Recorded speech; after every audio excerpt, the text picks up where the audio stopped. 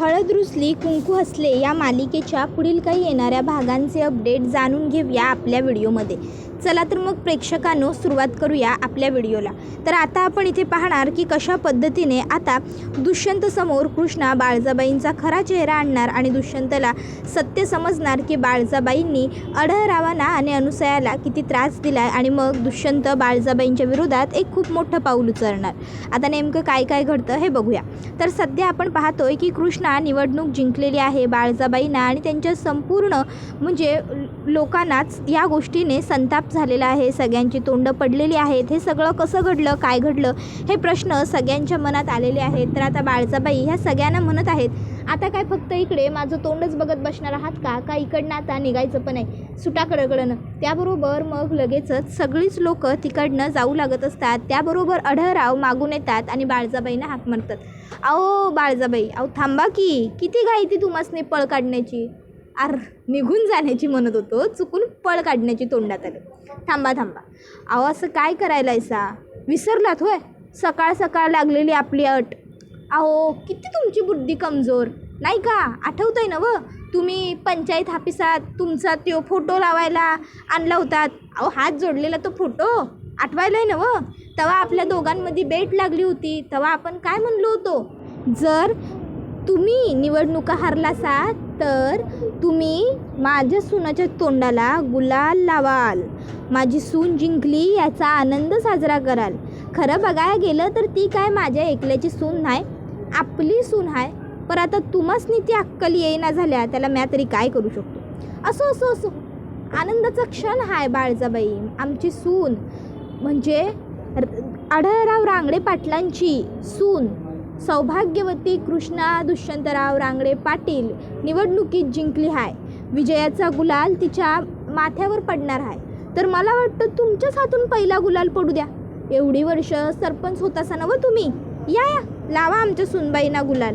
त्यावर कृष्णा ही गुलाल लावायला पुढे येते बाळजाबाईंकडनं लावून घ्यायला. तर बाळजाबाई ह्या म्हणत असतात, गाढवानं किती बी वाघासारखं गुरगुरलं तरी गाढवाला कधी बी वाघाची सर येत नसत्या. समजलं नवं, गाढव यो गाढवच राहतोय. निवडणूक जिंकली असशील ग, पण राजकारभार सांभाळणार कसा. कारभार सांभाळण्यासाठी आधी वाचायला लिहायला यावं लागतं सुनबाई. त्याबरोबर अढळराव म्हणतात, त्याची काळजी तुम्ही नका करू सासूबाई. अहो आमच्या सुनबाई हुशार आहेत तशा आणि त्यांच्या पाठीशी त्यांचा शिकलेला नवरा ठामपणे उभा आहे की. त्यासनी येत नसलो लिहिता वाचता तरी त्यांच्या नवऱ्याला येतं नवं. ते बघतील की कारभाराचं काय करायचं ते. पोरगा शिकलेला आहे, डिग्री घेतलेला पोरगा आहे नवं आपला, मग तो सांभाळेल समजा व्यवस्थित. निघा तुम्ही निघा, कडकडनं सुटा. मग बाळजाबाई तिकडनं सुटतात.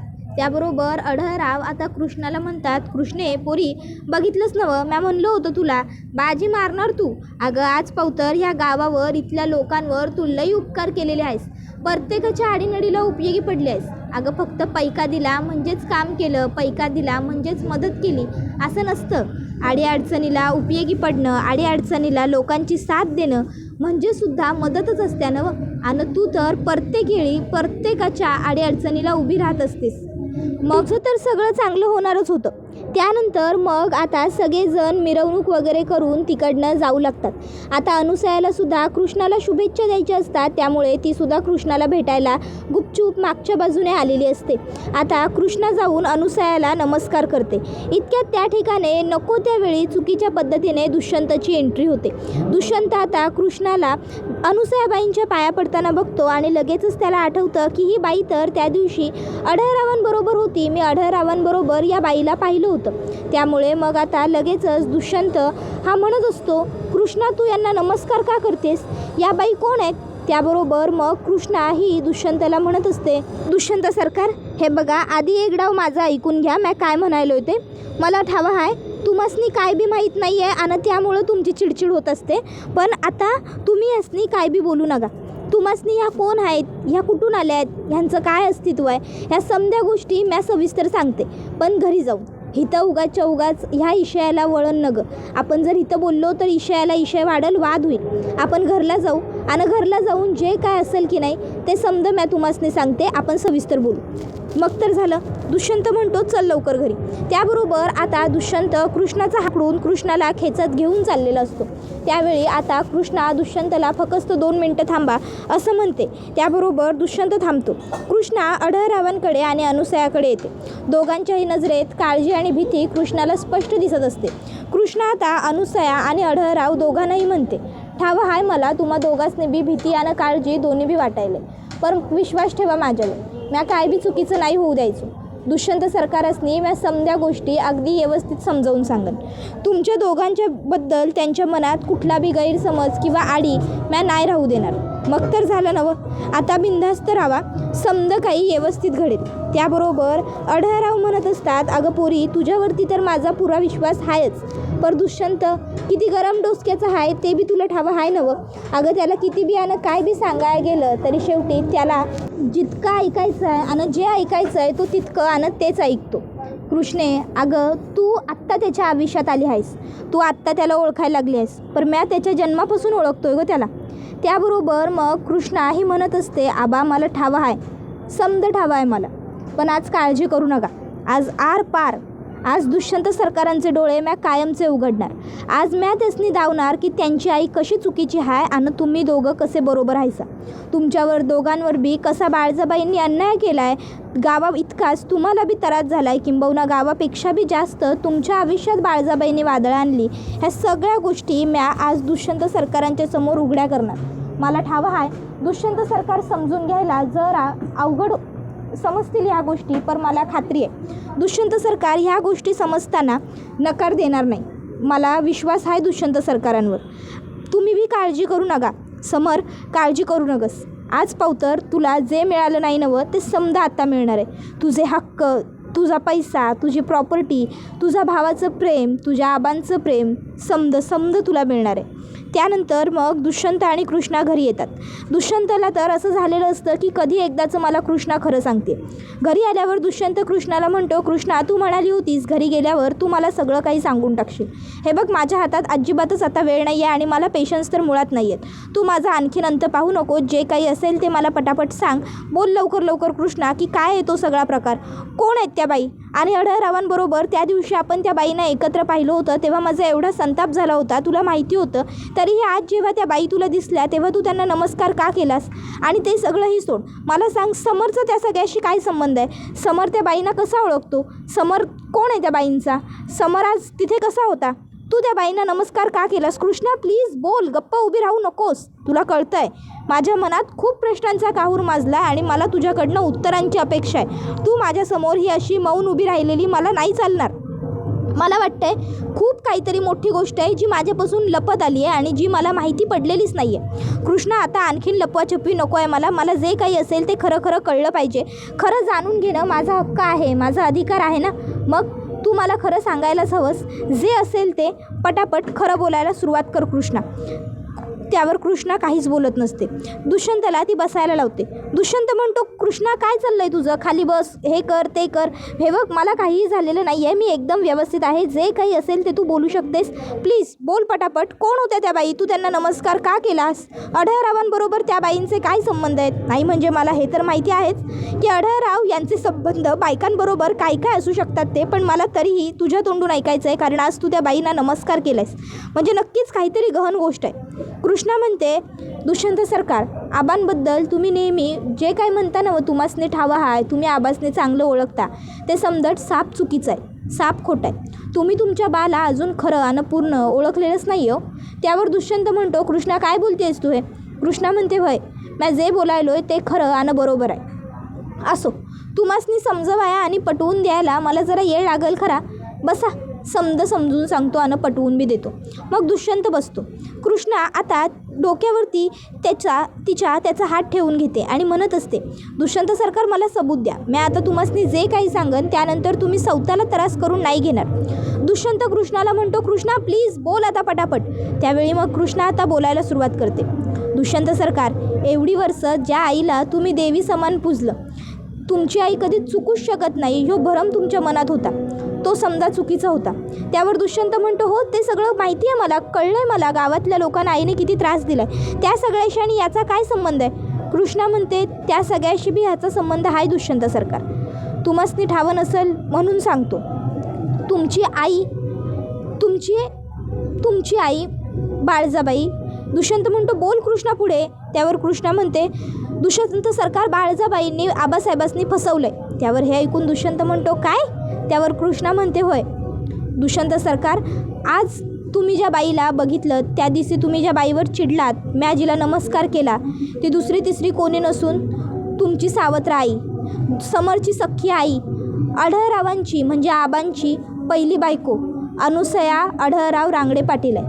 आणि तिनं म्हणजे त्याबरोबर दुष्यंत म्हणतो काय तिनं, काय ती, बोल ना कृष्णा पटापट, हे सगळं काय आहे? कृष्णा म्हणते पहिल्यापासून सांगतो तुम्हासनी सगळं. तुमची आई एक तमासगिरीण होती आणि तुमच्या आईनं आबासनी नादी लावलं. त्यानंतर तुमच्या आईनं त्या आबासाहेबांच्या पहिल्या बायको म्हणजे अनुसया रांगडे पाटीलवरती गोळी झाडली. तेव्हा अनुसयाबाई खाली कोसळल्या. बाळजाबाईसने वाटलं की त्या मेल्या. बाळजाबाईंनी ती बंदूक आढळरावांच्या हातात दिली म्हणजे आबांच्या हातात, आणि आबा निर्दोष नसून आबांनीच ते समज केलं आहे असं सांगितलं. आबासने धमकी दिली की शेवटी बाईला लोक जास्त मानतात त्यामुळं माझ्याच बाजूनं लोक बोलणार आणि तुलाच खुनी पकडणार. आबा घाबरले आणि आबा काही बोलले नाही. मग आबासनी वाटलं की त्यांची पहिली बायको मेली. आबा घरला आले. त्यामुळं बाळजाबाईंनी त्यांच्या बिथारल्यापणाचा अनेक फायदा घेतला आणि त्यांच्याबरोबर लगीन केलं. त्यानंतर झाला तो तुमचा जन्म. तुमचा जन्म झाला खरा, पण त्या दोघांमध्ये नवरा बायकोचं नातं कधी तयारच नाही झालं. आबासनी कायम बाळजाबाईंचा रागच यायचा, कारण बाळजाबाईंमुळं त्यांचं आयुष्य उद्ध्वस्त झालं होतं. तर दुसऱ्या बाजूला अनुसयाबाई मेल्या नव्हत्या, त्या जित्या होत्या. गावातनं कशाबशा बाहेर त्या दवाखान्यात पोचल्या. काही लोकांनी त्यासनी मदत केली आणि त्या जगल्या. त्यासनी तेव्हा कळलं की त्या गर्भधर आहेत. त्या माघारी आल्या, पण तेव्हा त्यासनी कळलं की बाळजाबाईंनी इकडं समद काही त्यांच्या बाजूनं फिरवून घेतलं. आता त्यांचा ह्या गावात येण्याशी काय बी संबंध नाही. जर त्या इकडं आल्या असत्या तर त्या कायमच्या मेल्या असत्या. त्यांचं पोर बी जिवंत राहिलं नसतं, म्हणून त्या माघारी गेल्या. दुष्यंत म्हणतो त्यांचा मुलगा म्हणजे, त्यावर कृष्णा म्हणते व्हय, त्यांचा पोरगा म्हणजे दुसरा तिसरा कोणी नसून समरच आहे. समर त्यांचा मुलगा आणि तुमचा थोरला भाऊ आहे. बाळजाबाईंच्या भीतीपायी अनुसयाबाई समरला घेऊन कायम लांब राहिल्या. आता जेव्हा 22 वर्षांचा समर झाला तेव्हा अनुसयाबाई पुण्यांदा ह्या गावात आल्यात आणि आता त्यासनी त्यांचा हक्क हवा आहे. आता त्यासनी त्यांच्या वाट्यापासून जे जे काही हिरावून गेलं आहे ते समजा हवं आहे. समरला त्याच्या वडिलांचं नाव हवं आहे आणि म्हणून ती लोकं इकडं आल्यात.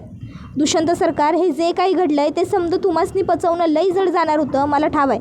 म्हणून म्या ह्या समध्या गोष्टी तुम्हासनी जाणीवपूर्वक सांगितल्या नव्हत्या. मला बी आधी हे समजा जेव्हा कळलं तेव्हा लई अवघड गेलं होतं समजून घ्या, पण कसं बसं म्या समजून घेतलं, स्वतःला सावरलं. दुष्यंत सरकार, जे घडलं आहे ते वाईट आहे, चुकीचं आहे, समजा मला मान्य आहे, पण जे घडलं आहे ते नाकारू आपण शकत नाही. जे घडलं आहे ते आपल्याला स्वीकारावंच लागेल. प्लीज दुष्यंत सरकार, स्वतःच्या मनाला समजवा, प्लीज सावरा स्वतःला. दुष्यंत पूर्णपणे तुटून गेलेला असतो. कृष्णा म्हणते सावरा दुष्यंत सरकार, सावरा स्वतःला. दुष्यंत म्हणतो विश्वास पटत नाही आहे कृष्णा माझा की माझी आई इतक्या खालच्या थराला जाऊन वागू शकते, हे असंही वागू शकते. बाप रे, मी एका अशा बाईचा मुलगा आहे कृष्णा, कलेचा खूप आदर करतो मी, पण हे असं सगळं मी स्वप्नातही विचार नव्हता करू शकला. मी काय समजायचो माझ्या आईला आणि माझी आई काय निघाली. माझ्या आई इतकी पाताळ यंत्री बाई मी आजपर्यंत ह्या संपूर्ण जगात पाहिलेली नाही आहे आणि यापुढेही मला पाहिजे नाही आहे. कृष्णा, जर तू म्हणतेस ते सगळं खरं असेल, माझ्या आता तर त्या बाईला आई म्हणण्याची सुद्धा मला लाज वाटते. बाळजाबाईंनी जर खरोखर असं काहीतरी केलं असेल, खरंच त्यांनी अनुसयाबाईंचं आणि त्या आढळरावांचं, कृष्ण म्हणते आता तरी आबा म्हणा की त्यासनी आता तरी कळलंय ना व सत्य. दुष्यंत म्हणतो कृष्णा, सगळ्या गोष्टी इतक्या अचानक नाही ना बदलू शकत, गोष्टी बदलायला वेळ लागतो. प्लीज थोडासा वेळ दे मला, काळजी करू नकोस, हळूहळू बदलेल सगळं. पण जर खरोखर बाळजाबाईंनी त्या अनुसयाबाईंना एवढा समजा त्रास दिला असेल तर आता म्या बाळजाबाईंना सोडणार नाही. मी स्वतः बाळजाबाईंना त्यांच्या कुकर्माची शिक्षा मी त्यांना मिळवून देणार. आत्तापर्यंत त्यांनी ह्या दुष्यंतचं प्रेम, माया, ममता, आपुलकी, काळजी सगळं पाहिलं, सगळं अनुभवलं, पण आता त्या ह्या दुष्यंतचा राग अनुभवतील. अनुसयाबाईंना त्यांचा हक्क मिळायलाच हवा. जरी त्या माझी सावत्राई असल्या तरी त्या एक बाई आहेत आणि कुठल्याही बाईवरती झालेला अन्याय मी नाही बघू शकत. अनुसयाबाईंना न्याय मी मिळवून देईनच. मी स्वतः माझ्या वडिलांच्या जवळ असूनही मला माझ्या वडिलांचं प्रेम मिळालं नाही, पण कमीत कमी माझ्या पाठीशी त्यांचं नाव तरी होतं. तरीही मला एवढा मनस्ताप होतो. पण समरला तर त्यांचं प्रेम, त्यांची माया, त्याचे वडील किंबहुना कोण आहेत हे सुद्धा माहीत नव्हतं. समरला ह्या सर्व गोष्टींचा किती त्रास झाला असेल कृष्णा, मी समजू शकतो. समरची अवस्था माझ्या अवस्थेपेक्षा फार काही वेगळी नाही आहे. माझे वडील माझ्यासोबत असूनही नसल्यासारखे होते आणि त्याच्या तर कधी सोबतच नव्हते. ते काही नाही. आता समरला त्याचा हक्क मिळायला हवं. खरं बघायला गेलं तर मग कृष्णा, ह्या प्रॉपर्टीवर, ह्या घरावर, कशावरच माझा काही हक्क नाही आहे. हे सगळं समरचं आणि अनुसयाबाईंचंच तर आहे. त्यावर कृष्णा म्हणते दुष्यंत सरकाराव असं कशापायी बोलायला, असं काही बी नाही आहे. तुमचा बी या समद्यावर तेवढाच हक्क आहे जेवढा समरचा आहे. दुष्यंत म्हणतो कृष्णा, तू विसरत असशील तर तुला आठवण करून देतो. मी आढळराव रांगडे पाटलांच्या दुसऱ्या बायकोचा मुलगा आहे आणि समर हा आढळराव रांगडे पाटलांच्या पहिल्या बायकोचा मुलगा आहे. त्यामुळे दुसरी बायको ही लिगल नसते, पहिलीच बायको असते. पहिल्या बायकोच्या संमतीशिवाय झालेलं लग्न आहे. त्यामुळे मी त्यांचा मुलगा असलो तरी समर इतका माझा हक्क नाही आहे कशावरही. तरीही एवढी वर्ष हे सगळं माझं होतं, पण आता हे सगळं समरचं आहे आणि हे त्याला मिळायला हवं. कृष्णा म्हणते दुष्यंत सरकार, तुम्ही हरून जाऊ नका, तुटून जाऊ नका. दुष्यंत म्हणतो नाही कृष्णा, मी अगदी व्यवस्थित आहे आणि आता मी सुद्धा तुझी साथ देईन तुला सगळं त्या लोकांपर्यंत मिळवून द्यायला. दुष्यंत आतमधून खूप तुटून गेलेला असतो, पण कृष्णामुळे तो स्वतःला कसं बसं सावरतो. त्याच्यासमोर त्याच्या आईचं खरं रूप आलेलं असतं आणि आईला शिक्षा मिळवून द्यायचं त्याने ठरवलेलं असतं. तर दुसऱ्या बाजूला आता मैनावतीही म्हणत असते, बाबो दुष्यंतनं भारी डोकं चालवलं की, नाही तो व्हिडिओ बनवला त्यामुळंच तर कृष्णाच्या पाठीशी लोक उभी राहिली नवं, नाहीतर बाळजाबाईंचा डाव हाणून पाडणं यावेळी दुष्यंतला काही जमणार नव्हतं. नेहमीप्रमाणे याबी वेळी बाजी कृष्णानं मारली आणि बाळजाबाईंनी हरवलं. पण आता पुढे करणार काय, होणार कसं? नाही जर हे असंच समज सुरू राहिलं तर कसं चालायचं, कसं व्हायचं, कसं हे समज, हे जे काही घडलंय की नाही ते समज लई वाईट आहे. पण आता ती कृष्णा काही सोडणार नाही बघा बाळजाबाई तुम्हासनी. आता ती पळतापोळी थोडी करणार तुम्हाला. त्याबरोबर हे ऐकून बाळजाला राग येतो आणि बाळजाबाई आता मैनावतीच्या खणखणवून मुस्काटात लगावून देते आणि म्हणते, आलीस काय भानावर, आलीस काय शुद्धीवर, क्या आणि एक देऊ दुसऱ्या गालावर. पण एक गोष्ट लक्षात ठेव, या बाळजाला लाईनवर आणणारं या जगात कोणी नाही. बाळजाला हवं तवा, बाळजा हवं ते हवं तसं करत्या, समजलं नवं. त्याबरोबर मग मात्र मैनाला राग तर खूप आलेला असतो, पण तरीसुद्धा ती शांत राहते, गप्प बसते आणि मनात म्हणते, आता तुझी सूनच तुझी सगळी मस्ती जिरवते की नाही ते बघ. लई गर्व आहे नवं तुला, आता तुझी समधी मस्ती जिरणार. त्याबरोबर हा व्हिडिओ इथेच संपतो. व्हिडिओ आवडला असेल तर व्हिडिओला लाईक करा, चॅनलवर नवीन असाल तर चॅनलला सबस्क्राईब करा आणि बेल आयकॉन आठवणीने प्रेस करा, जेणेकरून तुम्हाला पुढचे प्रत्येक व्हिडिओचं नोटिफिकेशन मिळत जाईल आणि सर्व व्हिडिओंचा आनंद हा अगदी उत्तम पद्धतीने घेता येईल. चला तर मग प्रेक्षकांनो, आजच्या पुढचं थांबूया. येईपर्यंत या व्हिडिओचा छान पद्धतीने आनंद घेत राहा. टाटा, बाय बाय, धन्यवाद, take care all of you.